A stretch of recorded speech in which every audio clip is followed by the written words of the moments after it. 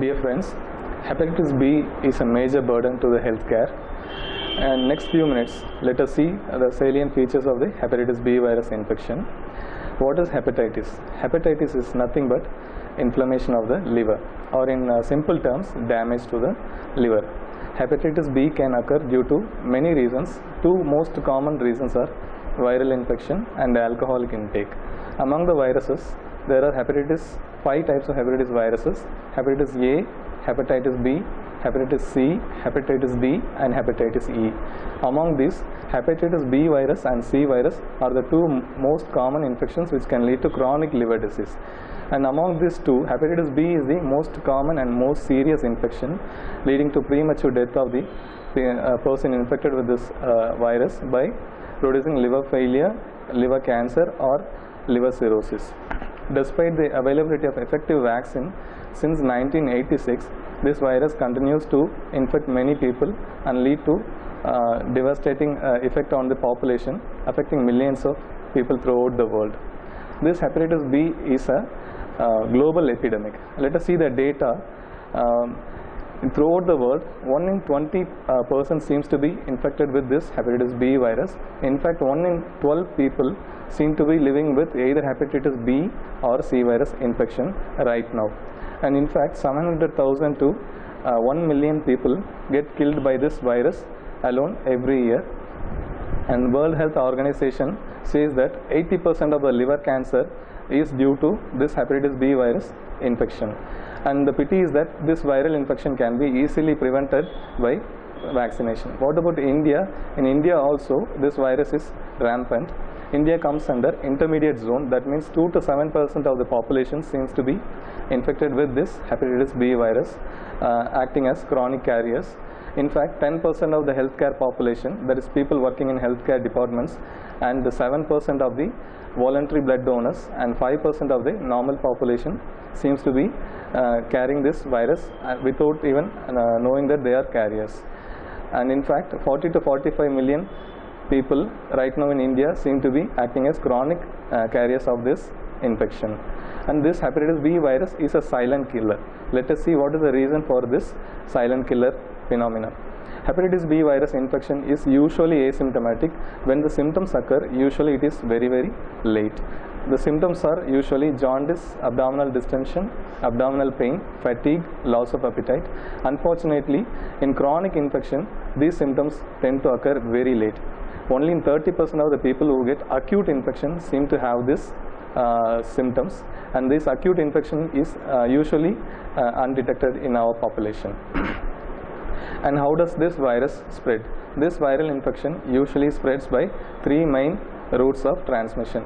Most common route of transmission in our country, not only in our country, in Asia, is by during birth.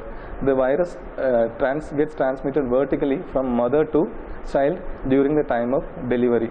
And the good thing is that if the pregnant mother gets screened for this virus and we find out the presence of this infection, the baby can be easily protected against this route of transmission by giving a vaccination and immunoglobulin. This route of transmission is called vertical transmission. Second is the horizontal transmission by blood-borne routes. Blood-borne routes are usually by blood transfusion, sharing of the injections, especially in IV drug abusers, and unsterilized surgical methods or by injections, and needles which are used in previously infected patient, especially during tattooing, acupuncture, or in body piercing. This tends to spread the virus, and other blood-borne products can also spread the virus. And third and most important route is by sexual transmission, especially in during unprotected sex. The person who is already infected, when he tends to have a sexual contact in an unprotected way, the virus gets transmitted to the uninfected person, especially in men having sex with men, and multiple sexual partners are at high risk of getting transmitted. So these are all the three main routes of transmission of this virus. So this can be easily identified, and if the proper precautions are taken, this viral transmission can be easily controlled. So let us see the natural history of this viral infection. When a person gets infected with this virus, there are three outcomes. First outcome, the body mounts an immune response. The patient tends to clear the virus from his body and develops natural immunity. This is called acute viral hepatitis with recovery and development of complete immunity against the virus. This occurs when the patient gets infected with the virus at a later stage, like for example during adulthood. But when a child gets infected or when a newborn gets infected, this does not happen. What happens is the child or the newborn tend to go into chronic phase, where the baby or the child will carry the virus as he or she grows, and the later stage they will manifest with chronic infection. This is the second outcome. There is third and most dreaded outcome, which is acute liver failure or fulminant liver failure, where the acute hepatitis will lead on to sudden liver failure and death of the patient or need for a liver transplantation. This is a very, very rare condition. Fortunately, only 0.5 to 1% of the infection will lead to acute liver failure and death. So this is the three common outcomes: 1, spontaneous recovery; 2, chronic infection; 3, acute liver failure and death. Among the chronic infection, these patients tend to go on to have two outcomes. Either they will become silent carrier, spreading the disease without knowing that they are having the infection, or they will go on to develop liver cirrhosis and liver cancer in later stages. So these set of populations should be identified by screening method. How to diagnose this viral infection? This viral infection can be diagnosed only by specific testing for the presence of this antigen or antibody specific for this viral infection. And this does not get detected by ultrasound methods or by simple liver function tests. Specific antigen antibody assays should be done to diagnose this viral infection. And screening for this viral infection is very, very important because of following reasons. Number one, the person who is not already infected, who is also unprotected, can be suggested to undergo vaccination so that he can get protected against the viral infection in future. Number two, if we identify the person who is already infected, we can categorize them into acute or chronic infection. In case of chronic infection, regular monitoring can help to prevent the development of complications like cirrhosis or liver cancer. And number three, this virus is the most common reason for development of liver cancer, and this liver cancer is one of the most difficult cancers to treat. 5-year survival rate is less than 10%. So these are all the reasons for which the screening is recommended. So who are all the population who should undergo screening for this hepatitis B virus infection? Number one, all pregnant women should undergo screening for hepatitis B virus infection. Number two, healthcare workers should always undergo screening for hepatitis B virus infection. Number three, patients who are already having HIV or AIDS should undergo screening for hepatitis B infection.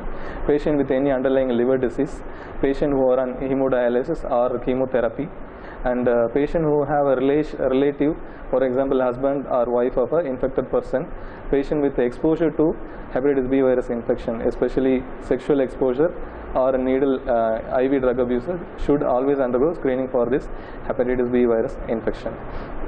So after screening for hepatitis B virus infection, we should always go for vaccination if they are not infected.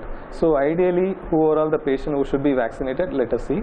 First and foremost, now all newborns should be vaccinated against this viral infection. This comes under universal immunization program, and all children and adolescents who have not been vaccinated previously should also be vaccinated against this viral infection.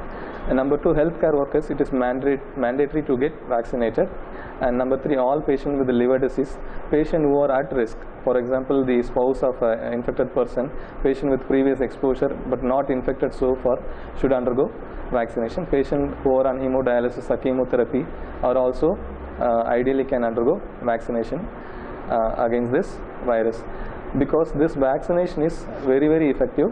90 to 95% of the time this vaccine is active, and once the patient gets vaccinated, next 5 to 10 years they are completely protected against this viral infection. In fact, this is the first vaccine which has been classified by the World Health Organization to be an anti-cancer vaccine. And after diagnosing a patient with hepatitis B virus, nowadays we have relatively good medications, especially interferon injections seem to have very good outcome, and medical management in the form of tenofovir and entecavir also seem to have very good outcome. Even though they don't tend to eradicate the virus completely from the body, they tend to keep the virus under control, tend to prevent the development of complications like cirrhosis or liver cancer. So let us actively screen for the presence of hepatitis B virus in high-risk population, and let us advocate for vaccination as a major healthcare policy so that we can prevent the development of complications and protect the community from this dreaded viral infection. Thank you, viewers.